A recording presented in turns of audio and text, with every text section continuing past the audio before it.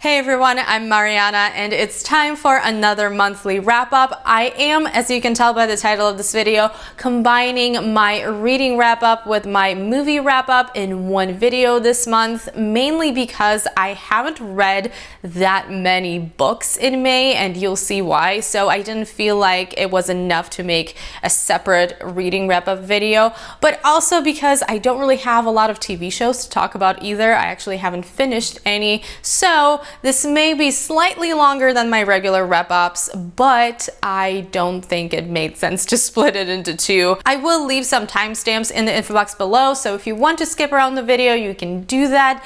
But let's get started with the books first. And I'm actually going to get started with the comic book that I've read. This is the only comic that I've read in May. This is Nailbiter Volume 6, and this is the final volume of the Nailbiter series, which is one of my favorite comic book series of all time. If you've been around my channel for a while, you know I absolutely freaking love Nailbiter, and I recommend it to anybody. It's a great combination of horror and mystery. I may actually reread the entire thing soon and do a series overview for Nailbiter. Let me know in the comments below if you would like to see that. But as far as the final volume goes, I would say this was mostly satisfying, but not really the perfect ending. I don't really have any issues as far as the actual story goes and the lesson, so to speak, towards the end.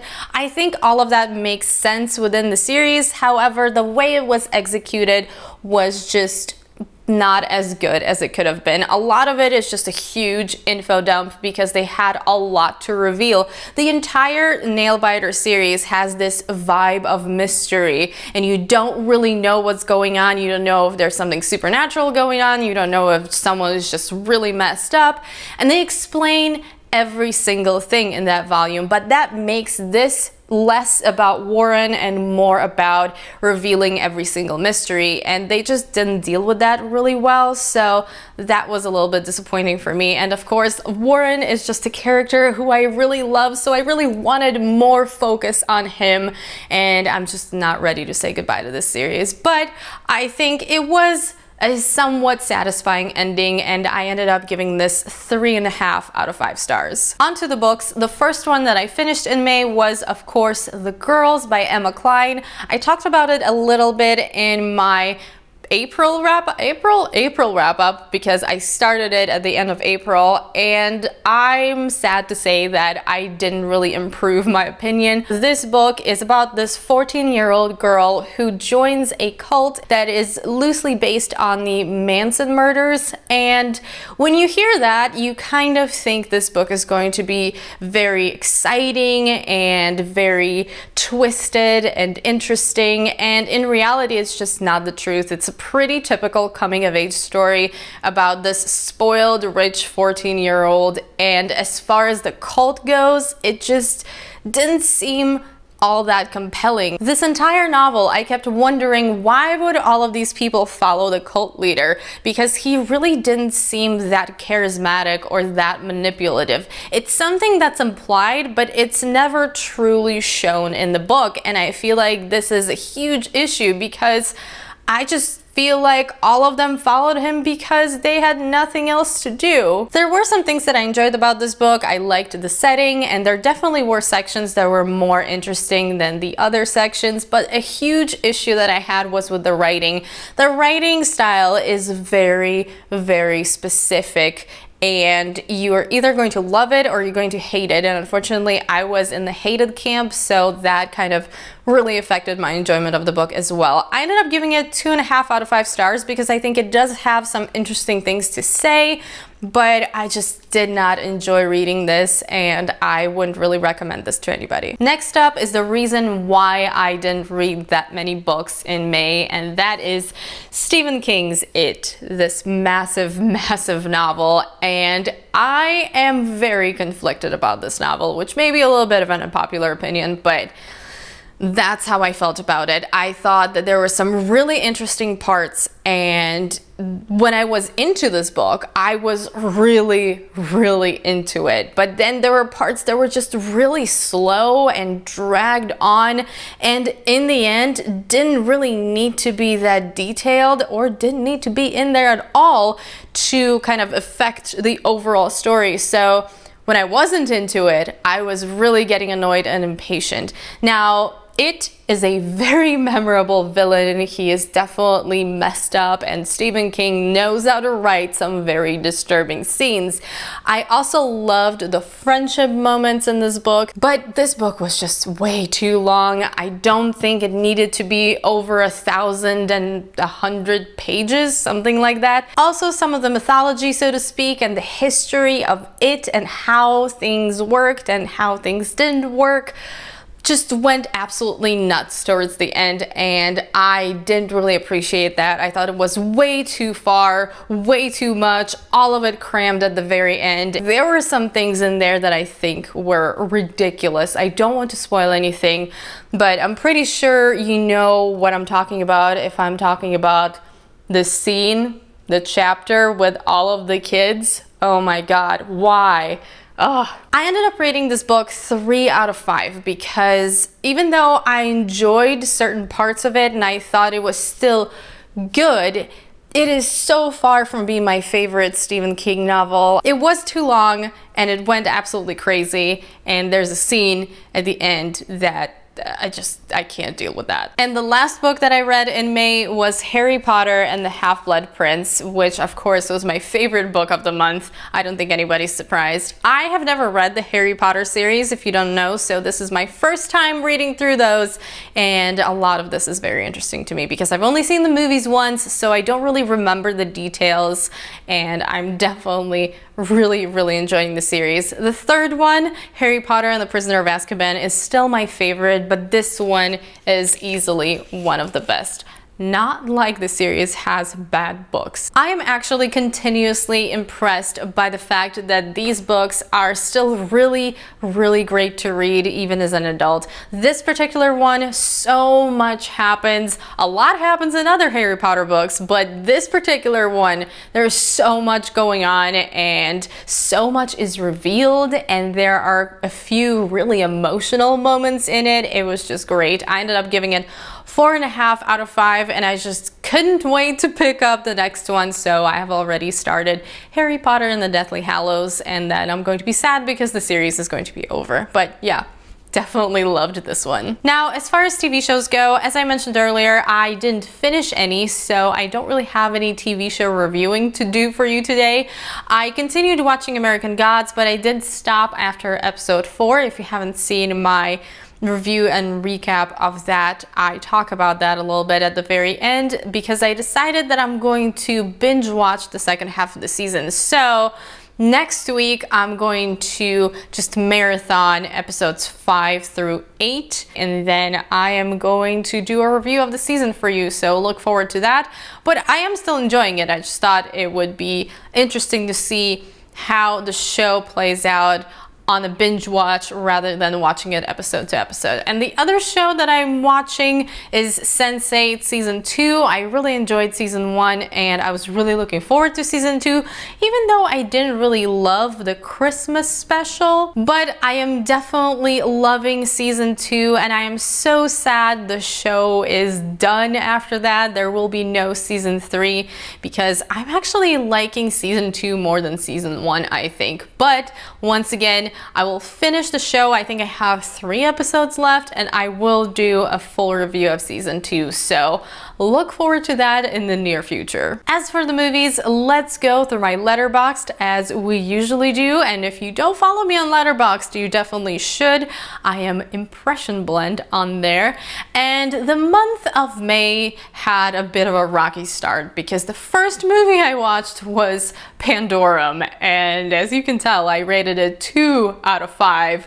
I just thought it was a derivative and convoluted mess. I actually thought that I haven't seen this movie, and then I started watching it and realized that I have seen it but kind of suppressed that memory, and yeah, I'm sure I'm going to forget all about it pretty soon. Next up, I saw Guardians of the Galaxy Volume 2, which there was no way that movie was going to live up to the glory of the first Guardians of the Galaxy, which I really love. And this one definitely was entertaining. It did win me over in the second half of the movie, but the first hour was just a mess in my opinion, and the golden people in this movie were just ridiculous. My favorite parts were, of course, Yondu. I think he was everybody's favorite part, but also I really enjoyed the Nebula and Gamora storyline, particularly Nebula's story arc. The humor was 50-50 for me. It was very hit or miss. I think a lot of the jokes didn't land, and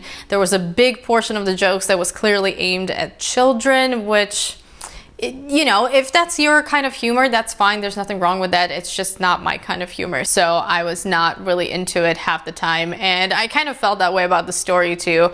Anyways, I still found it entertaining, and the second half is definitely way better than the first half, so I ended up giving it 3.5 out of 5. I also immediately rewatched Guardians of the Galaxy, the first movie, because I wanted to make sure I'm not putting it on a pedestal and that my memories of it are better than the actual movie. And no, I love it. It's my favorite Marvel film. 5 out of 5 stars. It is fantastic, and actually watching those two back to back makes the volume 2 look even more lackluster. Next up, I watched Bolshoi Babylon, which is a documentary about the acid attack on Bolshoi Theater's ballet director Sergei Filin, and it was a very one-sided documentary. There are certain things they didn't even want to touch, and that was a bit disappointing for me. I am a huge fan of theater and of performing arts and of ballet in particular, so any documentary that has to do with theater I'm going to watch, so that's why I watched this one.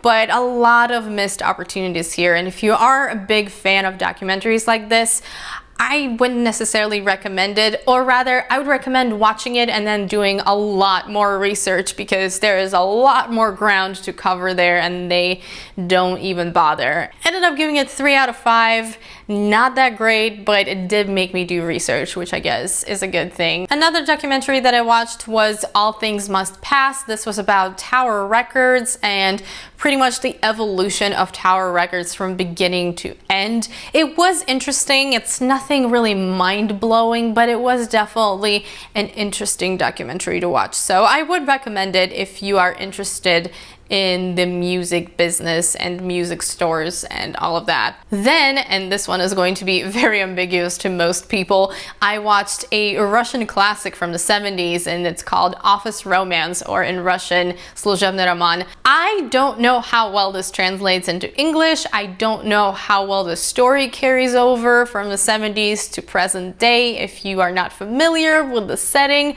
obviously I wasn't alive in the 70s, but the whole mentality is still something I am definitely familiar with. So I love this movie. It's one of my favorite Russian classics. It's hilarious. It's got great actors.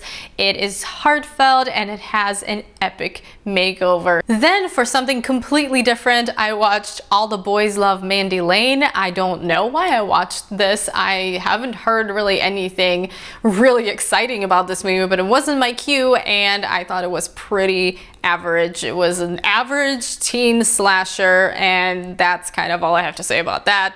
Then I got a chance to see A Dark Song, which is actually this year's release, and that was really interesting. This is not going to be a horror film for everybody. First of all, it is definitely a slow burning movie, and not everybody enjoys that type of horror. I do, because it's atmospheric and it's creepy, but I do know that not everyone is going to love this. The second reason is that this entire movie has to do with one ritual, and it does not glamorize witchcraft in any shape or form. So if you're looking for a fun, scary witchcraft movie, this is not your friend. But if you're looking for a more realistic look at rituals, then this is going to be definitely interesting for you because it approaches the ritual with a lot of attention. It's unsettling, it's dirty, it doesn't really yield immediate obvious results, and a lot of it is psychological, and I found this movie very, very interesting. It is well shot, it is really well acted, it is very atmospheric, and there really isn't anything quite like this out there. So I ended up giving it 4 out of 5. Then I decided to rewatch How to Lose a Guy in 10 Days, which I gave 3.5 out of 5 to. This is a movie I actually like. I don't know why people hate this movie as much as they do. It is a cliche romantic comedy, but within its genre, I think it's pretty decent, and the leads are wonderful. They have great chemistry, so I think it's enjoyable. Next, I watched Exam, which is definitely one of the hidden gems on Netflix. It is a very interesting thriller, and essentially this is a job interview from hell in one movie. It's also one of those movies where the less you know, the better, so I'm not really going to tell you much about it.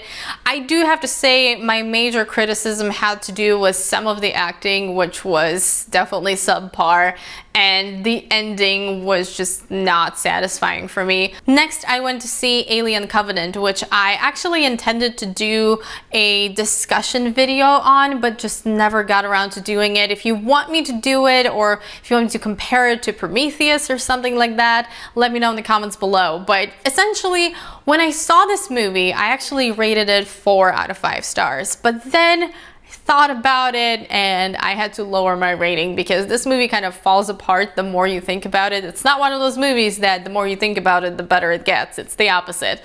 I do think this is a solid sci-fi horror film, and if you enjoy that genre, you're going to have fun with this movie.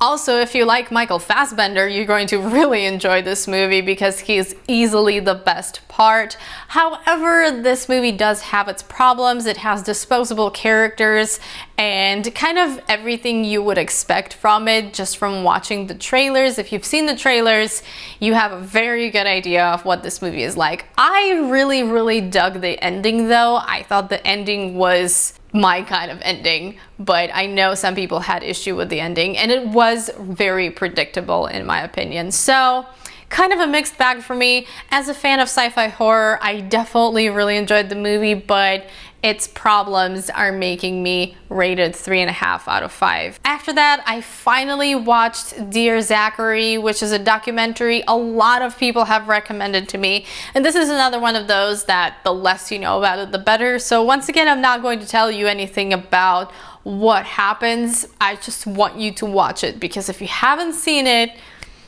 you're missing out. It may destroy you, but you're definitely missing out. I ended up giving it 4.5 out of 5, and my only nitpick is that the person who was making this got kind of carried away with repetition to the point where it was a little bit distracting, but otherwise it's fantastic.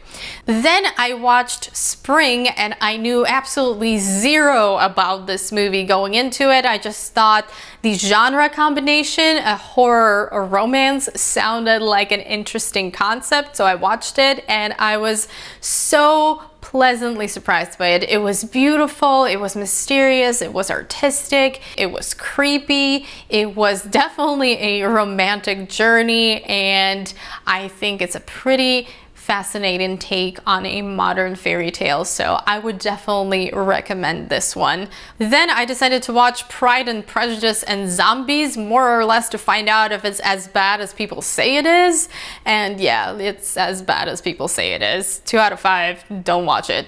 Hunt for the Wilder People, though, is a movie I really loved, and I decided to sit down and watch it again, and it was just as enjoyable the second time around. Taika Waititi's humor is just something I can really get behind, and also the setting is absolutely wonderful. I love seeing New Zealand on screen, and the characters are very likable, and everything about this movie is great. I love it. Then I finally watched This Is Spinal Tap, which is a mockumentary that I've heard a lot about, and I just thought it was the most hilarious thing. I absolutely loved it. It was about to leave Netflix, I think. I think that's why I watched it. And yeah, I am sad that I didn't watch it sooner. If you were ever into 80s rock and metal bands, this mockumentary is just going to do it for you because it picks up on so many spot-on things. And in general, I think things about celebrities trying to remain relevant, it's wonderful. Then I watched The Thing, finally. I know, last person in the world to watch John Carpenter's The Thing, but I did it, and unsurprisingly, I loved it. It's a classic for a reason. I loved the tension and the whole dynamic of not knowing who to trust.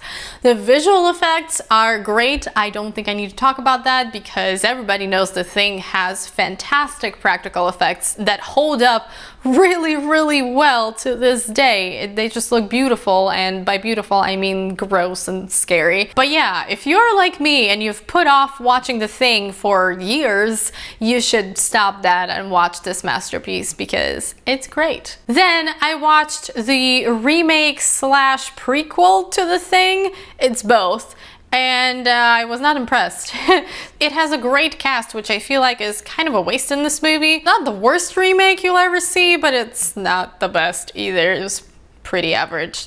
Then I continued watching horror movies and I watched House of Wax, which is also a remake, the one with Paris Hilton, and I surprisingly found it entertaining. This movie is absolutely ridiculous, don't get me wrong. But for some reason, this is the fun kind of ridiculous. I actually ended up giving it 3 out of 5, and it's not terrible. At least I thought it was going to be terrible, and it wasn't. And the last movie that I watched in May was The Blair Witch Project, which I've seen before. I wanted to give this movie another try because the first time I watched it was about 2 years ago, I think. I never saw it in theaters, which I definitely regret. And when I saw it for the first time about 2 years ago, I was very, very underwhelmed. I knew this was going to be a found footage film. I kind of heard that not much happens for a large portion of it, but because the hype for this movie is absolutely out of control, in my mind, this was going to be the best horror film that I've ever seen, and it's just not, in my opinion. And it definitely grew on me on the second viewing because I've adjusted my expectations. I knew what I was getting into for real this time, and I actually can see myself watching this again around Halloween time because it's definitely atmospheric and it definitely has a very of its time feel to it, which I think is really nice. As a horror movie, I still don't think this is one of the best ones. I am kind of surprised by how many people have this on their favorites lists, but I did enjoy it a lot more the second time around, and I actually brought my rating up to 3.5 out of 5. Maybe I will keep bringing it up and I will finally understand it on like viewing number 5 because, like I said, I definitely can see myself watching this again. That's it for my May wrap up. Thank you guys so much for watching. As always, I know this was a long video, and next time I am going to go back to splitting my wrap up into reading and viewing, but it just didn't make sense for me to put those books in a separate video. As always, please let me know what you think of all of these books, movies, etc. in the comments below. I would love to talk to you about all of that, and I hope you enjoyed the video. If you did, please don't forget to give it a thumbs up, share with your friends, and subscribe to my channel if you haven't already. I hope you're having an awesome day, and I will see you soon in the next video. Bye!